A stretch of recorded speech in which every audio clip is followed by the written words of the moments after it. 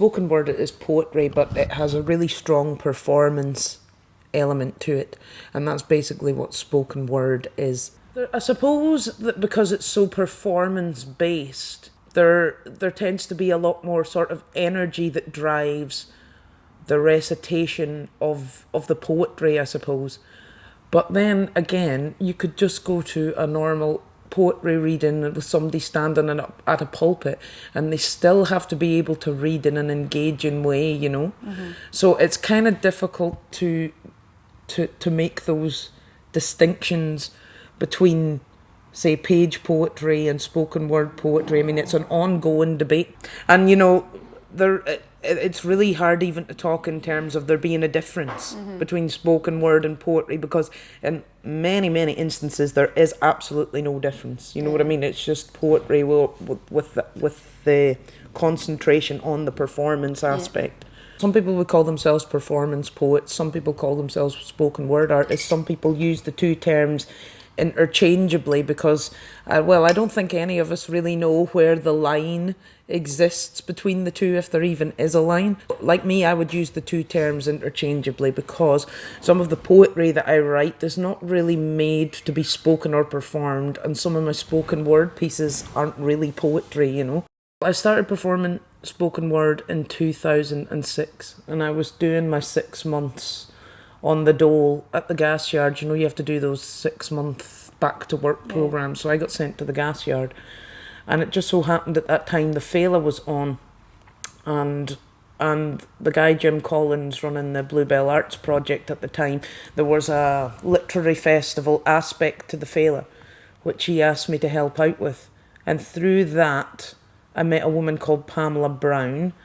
She come up with this idea that she wanted to do this project called the Poetry Chicks, and she approached myself and another writer from the town called Jenny Doherty and asked us if we'd like to be involved in this sort of performance poetry project. And at that time I didn't really have any performance poems, well, nothing that I would have considered to be a performance poem as such. So that's really how I got into it. I was kind of thrown in at the deep end there, and we had a gig coming up. I think it was part of the Fela at the gas yard. So I just sort of sat down and started writing. And the first one that I wrote in particular, it was really the first time that I experienced what artists talk about, and when they get taken over by this creative energy that feels almost like it's outside themselves, you know. So I sat down and I wrote this poem called Milk and Black Coffee, and on the first reading it was over 12 minutes long, you know. So I was like, right, okay, that's a wee bit too long. So I managed to just about half it in length, but it's still an epic. When you were saying then, you know, you met this lady and that's how you got introduced to it, did you just take to it naturally? Like, was it like a duck to water? Did you think, right, this is me, this is what I've been searching for? Like, did you have any idea about what it was before? Oh, well, yeah, I mean, I did, yeah.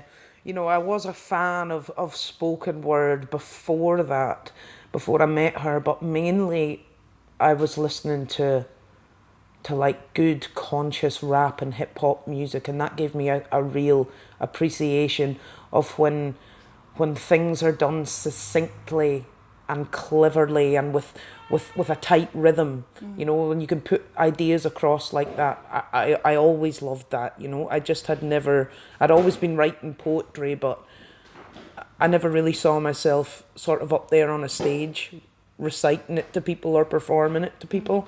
So yeah, I suppose I did just kind of take to it like a duck to water, but that was because of my exposure to rap and hip hop at that time. Good rap and good hip hop. So I'm in the middle of starting to construct my first solo spoken word show. It's going to be called Fallen Fighters. So at the minute I'm putting together all of the pieces for that, all the poems and stomes. That's short story mixed with poems. I just made up that term myself.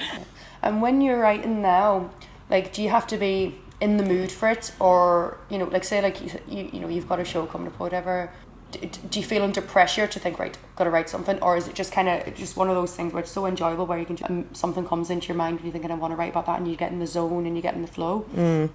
Well, you know, that happens, that's a lot rarer than actually just having to sit down and go through the slog.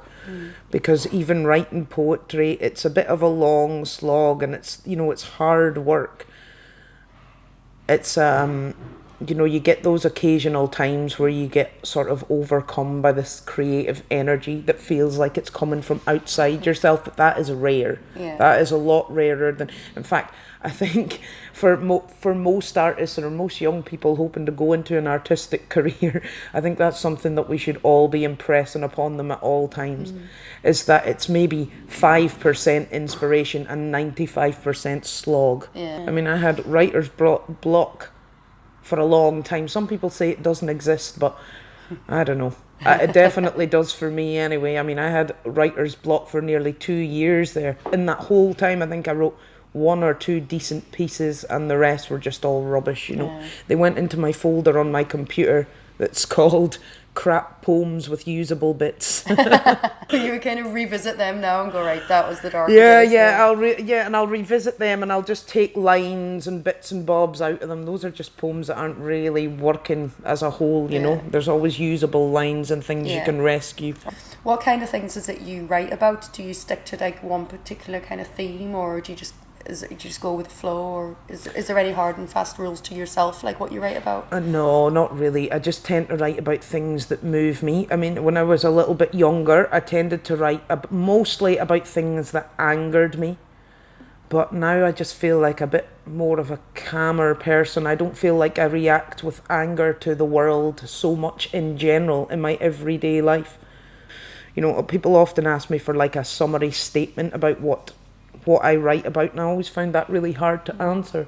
But then when I was going through the cringe-worthy job of reading through a lot of the things I'd written over the past 10 years to put this show together, then I realised actually what most of my poems are about is that they're a homage to our everyday struggles as human beings, you know, trying to be human in this rapidly evolving digital and violent world. And they're really homages to the struggle and to the fight and to the fall and to the rise, really. Yeah. That's the best way I can sum it up. And that's what's important to you. Yeah, I think at the moment, like the subject that has been most interesting to me is really human beings coming through this struggle. I mean, you know, especially given the political situation and everything in the world and in our country, you know, a lot of us kind of feel a bit beat. But I think it's so important to realise that is a stage and a phase that you have to go through, and sometimes it's a lot more sensible for you to retreat from the battlefield for a while, to regather your strength and come back from there. There's a line in Bob Marley's song called The Heathen, and really that's what I based the name of my show on. And the line is, rise up, fallen fighters, rise and take your stance again. 'Tis he who fight and run away lives to fight another day. And that really is like the core of what I've been writing, is that you're not down forever because you fell down, and you should never let anybody convince you that you should stay down, or that while you're falling down and while you need to take that time to recover, that you need to be up there fighting, because it's just not sensible sometimes, you know. No, I think I'm just coming out now of quite a long period of illness, really, that just went on a lot longer than I thought it was going to go on. Really the past 4, maybe 5 years. And so going through that process was a real eye-opener for me, I think. I've forgotten what it was like to be sort of stuck in that quagmire of feeling like you can do nothing and you can be nothing. And you actually, you know, when I was in the midst of it, I also didn't really care about much, you know. Yeah. But it was just part of the illness. You have to cling on to those positives when you're in that state of mind, because sometimes it is the only option that you have, really. Yeah. So I run a spoken word event on the last Monday of every month upstairs in Sandino's bar, called the Monday Night Cure. We learned to storytell while our mothers broke promises and ornaments and promises not to hurt themselves, girl. There will always be those who only want to focus on our grammar. And that is an open mic, and we have, not every month, but most months we'll have a main act on as well. The open mic has just been going great guns. We've had a load of new readers, more and more new readers coming in every month, because we have a great merry band of audience members who come most months. And I think we've managed to strike a good balance between a night that is also good crack and a good fun atmosphere, as well as having a listening, respectful audience. The gigs are always busy, you know, for a Monday night. I was kind of worried that it wasn't going to work on a Monday night, but it has. Derry proved me wrong. It's worked great. So, what advice would you give to, like, say, anybody who's interested in spoken word, and then, you know, they know about it, they love it, they want to learn how to express themselves, they don't know how to get into it, they don't know where to start? Okay, what advice would you give to people, to anybody who's thinking of trying it? Well, I would say obviously listen to other spoken word artists, go to spoken word gigs. I'd say try and avoid watching too much American slam poets online if you're not from America especially. Try and keep your own accent. And yeah, just get out there and do as many open mics as you can, because that's really the way that you develop as a live performer as well as a writer. Because, you know, doing spoken word gigs, people like myself, we cut our teeth performing in noisy bars and at noisy festivals and in atmospheres that aren't sort of very reverent necessarily, you know, especially in the old days when we first started doing this, and not hellish many people were really interested in what we were doing. In fact, the people that came to the gig, we had to sort of drag them there, you know. It's a great way to hone your live performance skills and how to be with an audience, because you can't learn that from a book. And you can't even learn that from watching other people. You have to just keep getting up there and doing it. And you have to roll with the punches. So when you have a crap gig, or you feel like the audience just weren't feeling you, I mean, that still happens to me today. Sometimes I do gigs and I just don't feel like, you know, I really connected with the audience and things like that. It's always going to happen. But the more and more that you do it live yourself, the more and more your confidence will grow, and you'll be able to take those lows as well as the highs. Now tell me about Lingo Slam.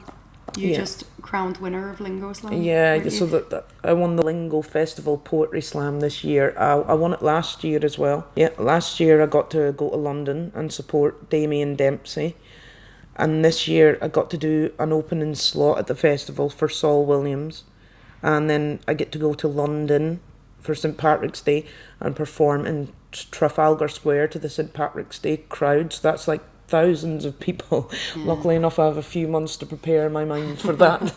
Saul Williams is my spoken word hero, and he has been for years, and that's really the reason why I entered the slam this year, was because we got to do an opening slot for Saul Williams.